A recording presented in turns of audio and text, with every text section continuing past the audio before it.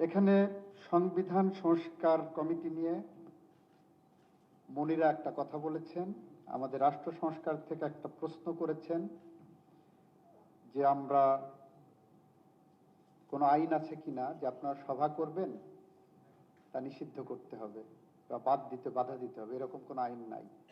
Unless আপনার রাজনৈতিক দল নিষিদ্ধ কোনো রাজনৈতিক সত্তা হিসাবে বিবেচিত হয়। যেহেতু আপনার নিষিদ্ধ রাজনৈতিক সত্তা নেই, you are free to organise any programme এবং সরকারের সমালোচনা সেখানে করবেন। সরকারের এখানে স্তুতি বাক্য পাঠ করার জন্য আপনারা নিশ্চয়ই রাজনীতি করেন না। শুনে আপনাদের সেটা অধিকার আছে এবং সে অধিকার নিশ্চিত করা সরকারের দায়িত্ব। এটা সরকারের সাংবিধানিক অব্লিগেশন আর আপনার হলো সাংবিধানিক অধিকার। এই দুইটাই সাংবিধানিকভাবেই স্বীকৃত। সুতরাং এই বিষয়গুলো আশা করে আমরা অ্যাড্রেস করব। এই যে কথাগুলো বলছেন, অনেকে এখন নির্ভয়ে কথা বলতে পারেন। সোশ্যাল মিডিয়ায় যেমনভাবে আক্রমণ করা হয়, ইয়েলো জার্নালিজমের শিকার হন অনেকেই। একটা সংস্কৃতির পরিবর্তন হয়েছে। একটু চিন্তা করে দেখেন তো, রিজিমের সময় কথা বলার অপরাধে কতজন লেখক, সাংবাদিক, বুদ্ধিজীবী তাদেরকে গ্রেপ্তার করা হলো। কার্টুনিস্ট মুস্তাককে কিভাবে কারাগারে হত্যা করা হলো। আমরা সেই সংস্কৃতি থেকে বের হয়ে আসার চেষ্টা করছি। আমরা ঘুরে দাঁড়িয়েছি। আমরা ঘুরে দাঁড়িয়ে একটি সঠিক গন্তব্যে পৌঁছানোর চেষ্টা করছি। হ্যাঁ, আমাদের গতি স্লো হতে পারে। আপনার স্ট্যাটিস্টিক্স দেখেন যে আমরা গত 6 মাসের মধ্যে এক্সট্রা জুডিশিয়াল কিলিং এর অবস্থা কি। যে দেশে পুলিশ 99% পলিটিক্যাল পারসিকিউশন করত, পুলিশ বাদী হয়ে মামলা করত রাজনৈতিক প্রতিপক্ষের বিরুদ্ধে, আপনি দেখেন পুলিশ বাদী হয়ে রাজনৈতিক প্রতিপক্ষের বিরুদ্ধে কতগুলো মামলা করেছে। স্ট্যাটিস্টিক্স দেখেন প্রায় শূন্যের কোঠায়। যে স্ট্যাটিস্টিক্স আপনারা দেখেন, গুমের ব্যাপারে যেটা কথা হয়েছে, একটা মাত্র গুমের অপরাধ এসেছে, অভিযোগ এসেছে, সেটা হলো কোস্ট গার্ডের মুনিরা যেটা বললেন। আমরা এটা কিন্তু মাইনুটলি তদন্ত করছি, নট থ্রো কোস্ট গার্ড, অন্যভাবে আমরা সত্য উদ্ঘাটনের চেষ্টা করছি। আমরা 3 ধরনের বক্তব্য ভিকটিমদের কাছ থেকে পেয়েছি। এটা যেমন একটা সাইড, আমরা বলছি না যে অভিযোগ মিথ্যা, এখনো আমরা এখনো তদন্তাধীন রেখেছি এবং জিরো টলারেন্স দিয়ে। At the same time victim ফ্যামিলির লোকজন যে ওখানে সরকারি প্রতিষ্ঠানে ভাঙচুর করার অপরাধে তাদের বিরুদ্ধে মামলা হয়েছিল, সেই মামলায় তারা গ্রেপ্তার হয়েছিল 12 জন। তাদের আইনজীবী দিতে পারেনি জামিনের জন্য। আমার নলেজে একটা মানবাধিকার সংগঠনের পক্ষ থেকে আনার সাথে সাথে আমি রাষ্ট্রীয় কোষাগার থেকে যে লিগ্যাল এইড চালানো হয়, সেই লিগ্যাল এইডের লয়ার দিয়ে 24 ঘন্টার মধ্যে ভিকটিম ফ্যামিলির পক্ষে দাঁড়িয়ে তাদের জামিন করিয়েছি। এটা কিন্তু রাষ্ট্রের পক্ষ থেকে করা হয়েছে। এটা আমাদের, এটা কিন্তু আপনারা কেউ হাইলাইট করছেন না। দিজ আর দ্য থিংস যে আপনারা এক সমালোচনা করেন। অ্যাট দি সেম টাইম রাষ্ট্র যে ভিকটিম ফ্যামিলির পক্ষে দাঁড়িয়েছেন নির্মোহভাবে, নিরপেক্ষভাবে, সেই জায়গাটাও আপনারা সামনে আনা উচিত যে না, রাষ্ট্র ভালো কাজও কিছু করছে। এই পরিবারটা সত্য হোক মিথ্যা হোক একটা মামলার শিকার হয়ে আদালতে গ্রেপ্তার হয়ে আছে, তাদের আইনি সহায়তা রাষ্ট্রই দিয়েছে। এটা আমরা আমাদের সংস্কৃতির পরিবর্তন করছি।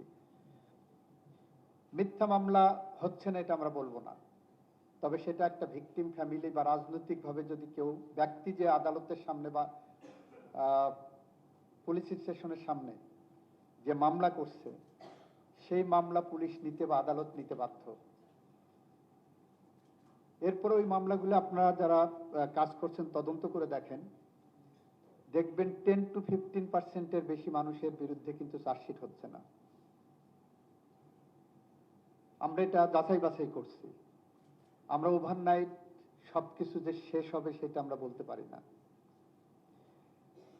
দুটো আইনের ব্যাপারে কথা হয়েছে, মানবাধিকার কমিশন আইন এবং গুম প্রতিকার ও প্রতিরোধ আইন। এই দুটো আইন তত্ত্বাবধায়ক সরকারের সময়, ইন্টারিম গভর্নমেন্টের সময় অধ্যাদেশ আকারে করা ছিল। আমি তখন অ্যাটর্নি জেনারেল ছিলাম। অ্যাটর্নি জেনারেল কখনো আইনের ভেটিং এর সাথেও যুক্ত থাকেন না। অ্যাটর্নি জেনারেল হলেন রাষ্ট্রের আইনজীবী, অ্যাটর্নি জেনারেলের কাছে যদি পাঠানো হয় তখন অ্যাটর্নি জেনারেল এটা দেখেন, মতামত চাইলে মতামত দেন, মতামত না চাইলে মতামত দেন না। অনেক বিষয়ে আমি দ্বিমত পোষণ করেছি মতামতে, সেটা ইগনোর করে যাওয়া হয়েছে। কয়েকটি বিষয় আপনাদেরকে আজকে খোলামেলা আমি কথা বলার জন্যই এই ফ্লোর জিল্লু সাহেবকে ধন্যবাদ জানাচ্ছি। মানবাধিকার কমিশন আইনকে যে প্রক্রিয়ায় করে যাওয়া হয়েছিল, সেই প্রক্রিয়ায় মানবাধিকার কমিশন একটা ছোট জগন্নাথ না, শুধু একটা কি বলে ফ্রাঙ্কেনস্টাইনের জায়গায় যেতে পারত। আর গুম প্রতিকার প্রতিরোধ আইনে যে বিধান রাখা হয়েছিল দুইটা, অ্যাজ এ ল স্টুডেন্ট আমি মনে করি একটা জগাখিচুড়ি অবস্থায় রেখে যাওয়া হয়েছিল। আপনার ধরেন গুম প্রতিকার ও প্রতিরোধ আইন দুই জায়গা বিচারের জায়গা রাখা হলো। একটা জায়গা রাখা হলো আইসিটিতে, আর একটা জায়গা রাখা হলো থানাতে বা কোর্টে, অর্ডিনারি কোর্টে। এইটা কোনটা কোন জায়গা যাবে এটা কোনো ডিফারেন্সিয়েট করা হয়নি। দ্বিতীয়ত হলো আপনি সাজার ক্ষেত্রে বললেন গুম করলে সর্বোচ্চ শাস্তি একটা জিনিস বললেন, এবং সর্বনিম্ন বলে কিছু নাই, 1 বছর দিতে পারেন, 1 দিনও দিতে পারেন, এই বিধানও ছিল। এই সবগুলো যাচাই বাছার জন্য আমরা পার্লামেন্টে বললাম যেগুলো যাচাই বাছাই করে will come back to parliament again. অথচ এটা রটে গেল যে আমরা এই আইন পাশ করতেছি না, এই আইনের বিরুদ্ধে নেগেটিভ ওয়েতে আমাদেরকে পোট্রে করা হলো। বাংলাদেশের ইতিহাসে একটা ল নিয়ে পাবলিক কনসালটেশন 3-4টা স্টেজে করা হয়েছে, সেটা হলো মানবাধিকার কমিশন আইন এবং গুম প্রতিকার প্রতিরোধ আইন। এখন এখানে আসেন, এখানে আমরা ডিস্টিংশন করেছি যেগুলো ওয়াইড স্প্রেড অ্যান্ড সিস্টেমেটিক গুম হবে সেগুলো আইসিটিতে যাবে, আইসিটিতে ল আছে। এর বাইরের যেগুলো যাবে সেটা যাবে হলো অর্ডিনারি ক্রিমিনাল কোর্টে। কারণ রাজনৈতিকভাবে সিদ্ধান্ত নিয়ে আমি গণহারে বিরোধী দল দমন পীড়নের জন্য আমি যদি গুম করে থাকি, সেটা নিশ্চিতভাবে মানবতা বিরোধী অপরাধ হিসেবে ওখানে ডিফাইন হয়ে আছে। কিন্তু আপনার সাথে আপনার এক পুলিশ অফিসারের ভালো সম্পর্ক, আপনার প্রতিপক্ষকে আপনি ঘায়েল করার জন্য পুলিশকে দিয়ে বা ল এনফোর্সমেন্ট এজেন্সিকে দিয়ে একজনকে তুলে নিয়ে গেলেন, সে আইনটা সেটা ওইখানে চলে যাবে। এই আইনের মধ্যে এইভাবে ডিফারেন্সিয়েট আমরা করে দিয়েছি। একটা প্রশ্ন আসছে যে পুলিশ গুম করবে, পুলিশের অপরাধ পুলিশই তদন্ত করবে, এটা কেমন কথা? এই জায়গাটা প্রথম আপনাদেরকে ক্লিয়ার করি। মানবাধিকার কমিশনের ওভারঅল যে ইনভেস্টিগেশনের জুরিসডিকশন সেটা সিজ হচ্ছে না। একই ঘটনায় মানবাধিকার কমিশন তার জায়গা থেকে তার তদন্তের ক্ষমতা অক্ষুণ্ণ রাখা হচ্ছে। যে কোনো মানবাধিকার লঙ্ঘনের ঘটনা যে কোনো জায়গায় যে কোনো প্রতিষ্ঠানের বিরুদ্ধে তারা করতে পারবে। মানবাধিকার কমিশন কিন্তু ক্রাইম ইনভেস্টিগেশন ডিপার্টমেন্ট না, তাদের ওই এক্সপার্টাইজ নাই, কিন্তু তারা তাদের তদন্তটা করবে। এখন এখানে আরেকটা প্রশ্ন আসছে, মানবাধিকার কমিশন এই যে রিপোর্ট আগে লিখিতভাবে জানতে চাইবে প্রতিষ্ঠানের কাছে। এইটা করা হয়েছে ধরেন আমাদের রাজনৈতিক সংস্কৃতিতে রিজিমের সময় আমরা দেখেছি প্রধানমন্ত্রীর কাছ থেকে ফোন যাচ্ছে সরাসরি কর্নেলের কাছে, মেজরের কাছে, যে অমুককে গুম করো, অমুককে খুন করো, এগুলো রেকর্ডে আসছে। অথচ তার সুপিরিয়র যিনি আছেন উনি কিছুই জানেন না। তাহলে ওই লোকটার প্রোটেকশন আইনে আপনি কি দেবেন? সুপিরিয়র কমান্ড রেসপন্সিবিলিটি, অনেক ইনোসেন্ট পিপল এর মধ্যে সুপিরিয়র কমান্ড রেসপন্সিবিলিটি চলে যাচ্ছে। আমরা যখন কনসালটেশন প্রসেসে গেছি তখন আমরা দেখলাম যে এই ইনোসেন্ট লোকজনগুলোকে তো প্রোটেকশন দেওয়া দরকার। তখন মানবাধিকার কমিশনকে আইনে দেওয়া হচ্ছে যে তুমি আগে ওই লোককে জানতে চাবা যে তোমার কাছে এই ইনফরমেশন অভিযোগ এসেছে যে তোমার প্রতিষ্ঠানে এরকম ভাবে মানবাধিকার লঙ্ঘিত হচ্ছে, I want your report on this. সেখানে ওই সুপিরিয়র যিনি থাকবেন তার সামনে 2টা পথ খোলা থাকবে। এক, তাকে সত্য রিপোর্টটা উপস্থাপন করতে হবে। 2, সে যদি মিথ্যা রিপোর্ট দেয়, মানবাধিকার কমিশন কিন্তু এগেন তখন ডাইরেক্ট ইন্টারভেন করবেন। এখানে যদি সে মিথ্যা রিপোর্ট দেয় তখন সুপিরিয়র কমান্ড রেসপন্সিবিলিটিতে সে আর বলতে পারবে না আই ওয়াজ ইনোসেন্ট, আমি জানতাম না। অ্যাকাউন্টেবিলিটির জায়গাটা আমরা তৈরি করার চেষ্টা করছি। আমরা এটা প্র্যাকটিসে গিয়ে আমরা দেখি কতটুকু এটা আমরা সাকসেসফুল হতে পারি। যদি সাকসেসফুল না হতে পারি, we are open for amendment of the law. Law is not rigid, it is not permanent, it is not holy Quran or Bible যে আমি এটা পরিবর্তন করতে পারবো না। কিন্তু আমরা এমন একটা জায়গায়, একটা ট্রান্সপারেন্সির জায়গায় নিতে পারি যাতে কোনো ইনোসেন্ট পিপুল এখানে ভিকটিম না হয়। থার্ড আসেন সংবিধান সংস্কার কমিটি নিয়ে। আমরা এই সংসদের প্রথম অধিবেশনেই প্রস্তাব করেছিলাম সংবিধান সংস্কারের জন্য একটি কমিটি করব এবং এটা পাবলিক কনসালটেশনে যাব। আমরা বিভিন্ন স্টেক হোল্ডারদের সাথে কথা বলতে চাই। জুলাই সনদকে সামনে রেখে সংস্কারগুলো কোন প্রক্রিয়ায় আমরা নিতে পারি সেখানে আমরা যেতে চাই। এখানে আমাদের যে কোনো সংবিধান সংস্কারকে বা সংবিধান সংশোধনকে একটা টেস্টের মধ্য দিয়ে যেতে হবে। সেই টেস্টটা হলো বেসিক স্ট্রাকচার থিওরি কনস্টিটিউশনের, যেটা ইন্ডিয়ান সুপ্রিম কোর্ট কেশবানন্দ ভারতীর মামলায় 1972-তে ডিসাইড করে দিয়ে গেছেন। বেসিক স্ট্রাকচার থিওরি সেটা আমাদের দেশের সংবিধানে, সাংবিধানিক মামলার রায়গুলোতে, বিশেষ করে অষ্টম সংশোধনের রায়গুলোতে অ্যাডাপ্ট করে গেছেন। ফলে আমরা যে কোনো অ্যামেন্ডমেন্ট করতে যাই না কেন, সেই অ্যামেন্ডমেন্টের জায়গায় আমাদের মাথায় ওইটাও রাখতে হবে। একটা প্রশ্ন এসেছিল 72-এর সংবিধান ছুঁড়ে ফেলতে হবে। প্রশ্ন এসেছিল 72-এর সংবিধান ছুঁড়ে ফেলে এই সংবিধানকে রিরাইট করতে হবে। সেটা অন্য একটা এপিসোড হতে পারত। কিন্তু আমরা যখন জুলাই সনদে স্বাক্ষর করেছি, 33টি রাজনৈতিক দল পার্লামেন্টের দক্ষিণ প্লাজায় বসে সই করেছি, সেখানে আমরা সুনির্দিষ্টভাবে বলেছি 6টা অনুচ্ছেদ আছে, এখানে 7টা ডিক্লারেশন আছে। 6টা অনুচ্ছেদের 6 নম্বর অনুচ্ছেদের ক এবং খ পাঠ করা আছে। ক পাঠে 1 থেকে 47, খ পাঠে 48 থেকে 84 পর্যন্ত। ক পাঠে বলা হচ্ছে প্রতিটা পরতে পরতে যে সংবিধান সংশোধন করে এই কাজগুলো করতে হবে। তার মানে আমি 72-এর সংবিধানকে অ্যাডাপ্ট করে নিলাম। আমি যা কিছুই করি না কেন 72-এর সংবিধানকে সামনে রেখেই আমাকে এগিয়ে যেতে হবে। এইটা হলো আমার জুলাই সনদের একটা পার্ট। ফলে যারা বলছিলেন যে 72-এর সংবিধানকে ছুঁড়ে ফেলে দিয়ে করতে হবে, সেইটা করলে আমি এক লাইনে যেতে পারতাম। কিন্তু আমার 72-এর সংবিধান যতক্ষণ পর্যন্ত আছে, এই সংবিধানকে আমার অ্যামেন্ডমেন্ট করতে হবে। অ্যামেন্ডমেন্টের প্রক্রিয়ায় যে জুলাই সনদকে আমার সামনে রাখতে হবে, যেগুলোকে আমরা সংস্কারের জন্য স্বাক্ষর করেছি। এখন প্রথম অধিবেশনে যখন বললাম আমরা সংবিধান সংস্কারের কমিটি করব, আপনার নাম দেন বিরোধী দলের কাছে, ওনারা বললেন যে আমরা নেক্সট অধিবেশনে জানাবো, এটা এখন করার দরকার নাই। আমরা 17 সদস্যযুক্ত কমিটি করব বলে সিদ্ধান্ত নিয়েছি। তার মধ্যে বিএনপির থেকে 7 জন,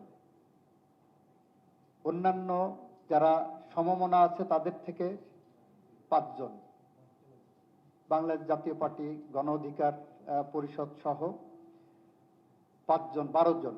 আমরা বিরোধী দলকে বললাম আপনারা 5 জন নাম দেন। ওনারা পরবর্তী অধিবেশনে দিতে চাইলেন। আমরা দফায় দফায় মিটিং করেছি, আমরা সেই নামগুলো পাইনি। আমরা কমিটি একটা করেছি 12 সদস্য বলে, আমরা বলেছি ওই 5 জনের নামের জন্য আমরা এখনো অপেক্ষা করছি। আমরা আশা করি তারা, ওনারা যদি ওই নামগুলো দেন, আমরা নিয়ে সংবিধান সংশোধনের জন্য সংস্কারের পথ ধরে আমরা এগোবো। সেখানে যদি আপনাদের যে কোনো বক্তব্যকে আমরা বিশ্বাস করি, আমরা অ্যাকোমোডেট করার চেষ্টা করব যদি যৌক্তিক হয়। এবং সেই যৌক্তিক অ্যাকোমোডেশনগুলো করার জন্য আপনাদেরকেও এগিয়ে আসতে হবে। আবারও বলছি, আমরা সামনের দিকে এগোতে চাই, আমরা পিছনে ফিরতে চাই না। সাংস্কৃতিকভাবে আমরা এগিয়ে যেতে চাই। আমরা গুম খুনের রাজনীতির পিছনে যেতে চাই না। শুধু বিএনপি করার অপরাধে বিগত 17 বছরে 60 লক্ষের বেশি বিএনপি নেতাকর্মীর বিরুদ্ধে মিথ্যা গায়েবী মামলা করা হয়েছিল, যাদের যে সমস্ত মামলার অধিকাংশ বাদী ছিল পুলিশ। আমরা ওই সংস্কৃতি থেকেও বের হয়ে আসতে চাচ্ছি। আমাদের এই জায়গাগুলোতে অবশ্যই আমাদের কিছু দুর্বলতা আছে, আমরা এটা অস্বীকার করতে পারি না। বাস্তবতাকে মেনে নিয়ে আমরা সামনের দিকে এগোতে চাচ্ছি। সেই জায়গায় প্রথম দিন থেকেই যদি বলা হয় আমরা সবকিছুই করছি, নেগেটিভ দিকে যাচ্ছি, সেই ধারণাটা ভুল হবে। আর দুইটি প্রশ্ন আপনাদের বলি। সুপ্রিম কোর্ট সচিবালয় নিয়ে একটা কথা এসেছে, গণভোট নিয়ে একটা কথা এসেছে। সুপ্রিম কোর্ট সচিবালয়ের যে অর্ডিন্যান্সটা জারি করে দিয়ে গিয়েছিলেন, সেটাও আমরা বলি নাই যে আমরা উইল নট কাম ব্যাক, আমরা বলছি আমরা যাচাই বাছাই করব। তো আপনাদের বলি, আপনাদের অনেকেই, আমি ওই দিন একজন খুব প্রখ্যাত সাংবাদিক, উনি এই বিষয় নিয়ে যখন 1-to-1 কথা হচ্ছিল, আমি বললাম আপনি কি জানেন আইন মন্ত্রণালয় বা আইনমন্ত্রীর ক্ষমতা নাই একজন সহকারী জজকে ট্রান্সফার করার? তো বলে এটা তো জানি না। আমি বললাম যে আমরা শুধু প্রস্তাব পাঠাতে পারি, আলটিমেট তার ট্রান্সফারের সিদ্ধান্ত দেওয়ার ক্ষমতা সুপ্রিম কোর্টের। আমাদের লিমিটেশন যে আমরা এই জিনিসগুলো বলতে পারছি না। গত প্রথম সংশোধনীতে ছিল সুপ্রিম কোর্টের সাথে পরামর্শক্রমে, সংবিধান অরিজিনাল প্রভিশন ছিল বিচারকদের নিয়ন্ত্রণ, চাকরি, ডিসিপ্লিন, এগুলো দেখা হবে। 4th অ্যামেন্ডমেন্টে এসে সবকিছু রাষ্ট্রপতির হাতে, সরকারের হাতে নিয়ে নেওয়া হয়েছিল।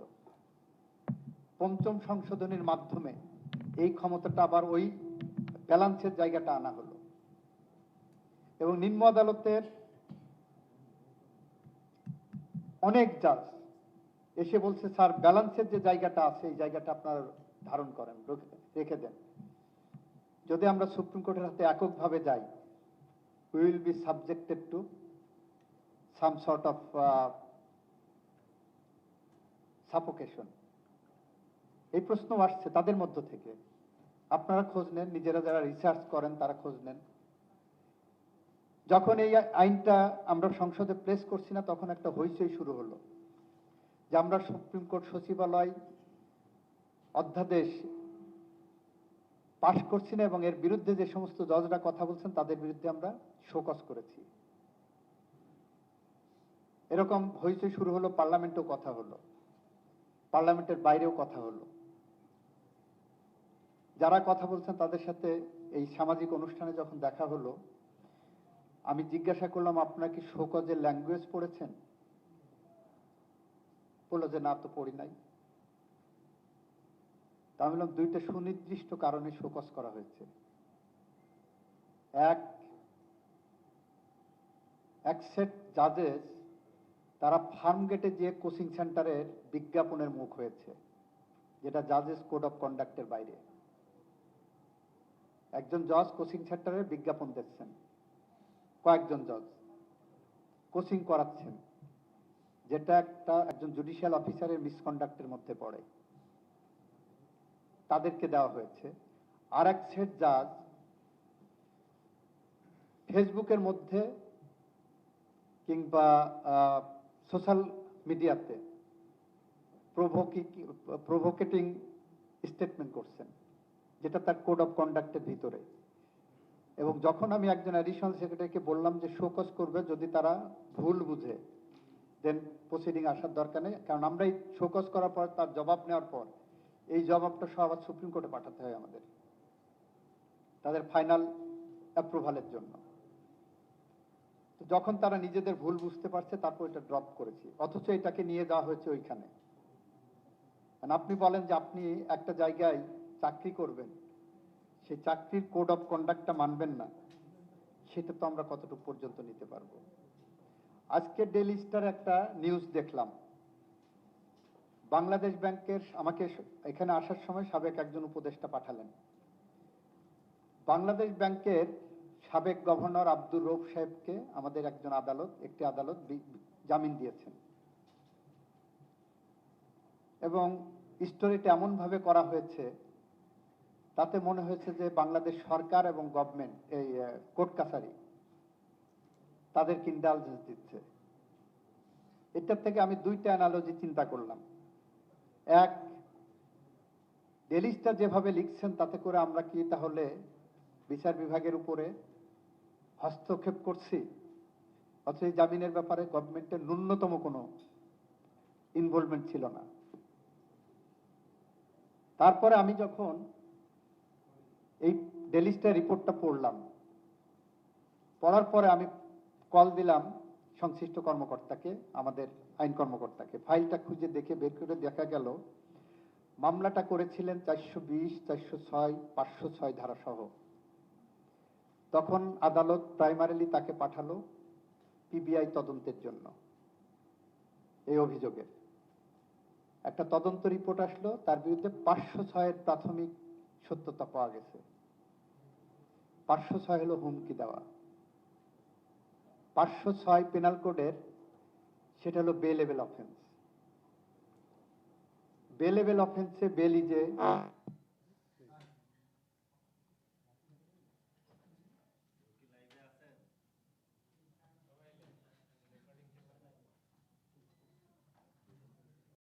কাস্টডিতে পাঠাতেন তাহলে বলতো যে আমরা প্রিপারেশন করছি।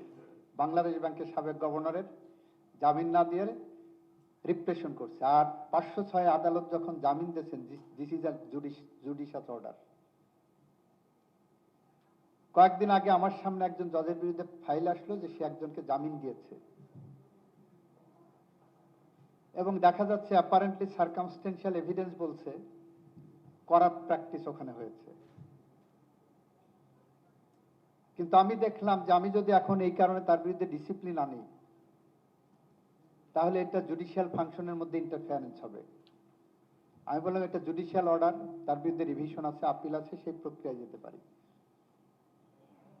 আমরা চেষ্টা করে যাচ্ছি, আমাদের ভুল হতে পারে, তবে আমাদের চিন্তা স্বচ্ছ, আমরা সামনের দিকে এগোতে চাচ্ছি। আমাদের মাননীয় প্রধানমন্ত্রী ইতিমধ্যেই তার ব্যক্তিগতভাবে যে পদক্ষেপগুলো নেওয়ার চেষ্টা করছেন, যতটা সম্ভব স্বচ্ছতার মধ্য দিয়ে।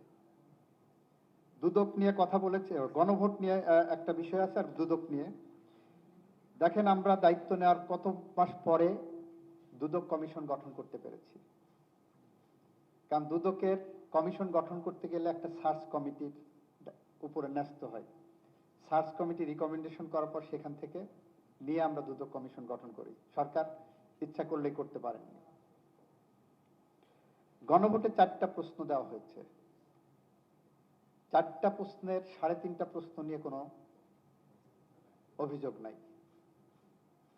অর্ধেক প্রশ্নটা জুলাই সনদের সাথে সাংঘর্ষিক। 3.5টা প্রশ্ন, এই যে আপনারা এখানে যারা আছেন, কয়জন জুলাই সনদের গণভোটের এটা পড়ে যে ভোট দিতে গেছেন আমি জানি না। 3.5টা প্রশ্ন নিয়ে কোনো বিন্দুমাত্র কোনোই নাই। অর্ধেক প্রশ্ন নিয়ে এখানে দ্বিমতের জায়গা আছে। সে অর্ধেক প্রশ্নটা জুলাই সনদের সাথে এক্সপ্যাসি সাংঘর্ষিক দেখা যাচ্ছে।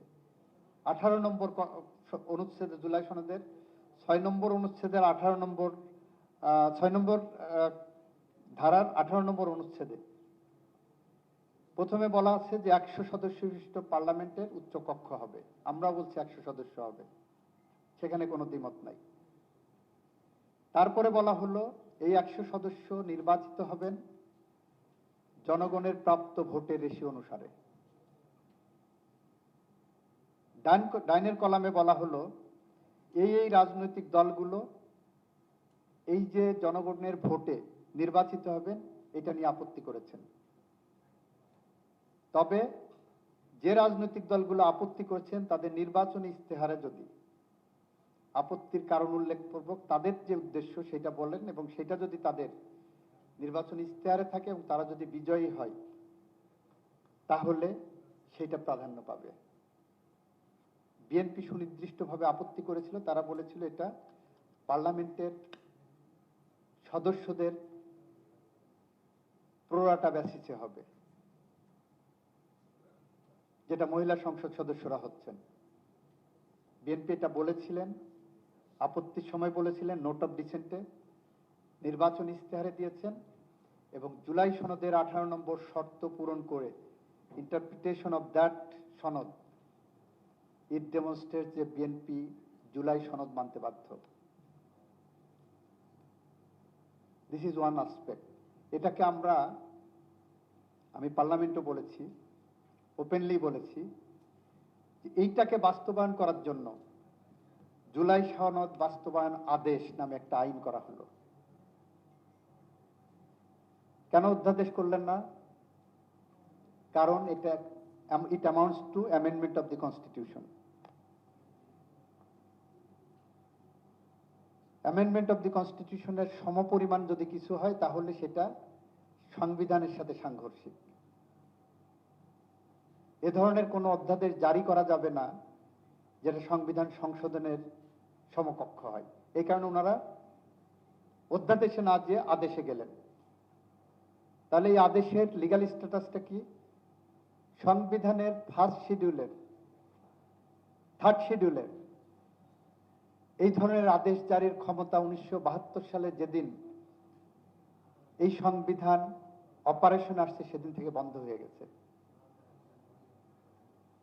রাষ্ট্রপতির আদেশ 1972-এ রাষ্ট্রপতি আদেশ দিয়ে কিছু আইন করে গিয়েছিল যাদের স্ট্যাটাস আইন, কিন্তু তখন যে বলে দেওয়া হলো যে এই সংবিধান যেদিন থেকে কার্যকর হলো তারপর থেকে রাষ্ট্রপতির এ ধরনের আদেশ দেওয়ার আর কোনো ক্ষমতা থাকবে না। শুধু আইন পাস হবে পার্লামেন্টে, যখন পার্লামেন্ট থাকবে না তখন অধ্যাদেশ জারি হবে, রাষ্ট্রপতি অধ্যাদেশ জারি করতে পারবেন। এই যে মিসলিডিং কিছু করে একটা বিভাজন তৈরি করার যে রাস্তা এখানে রেখে দেওয়া হয়েছে, বিএনপি বলছে দ্ব্যর্থহীনভাবে সুস্পষ্টভাবে বলছে আমরা জুলাই সনদের পথ ধরে হাঁটতে চাই।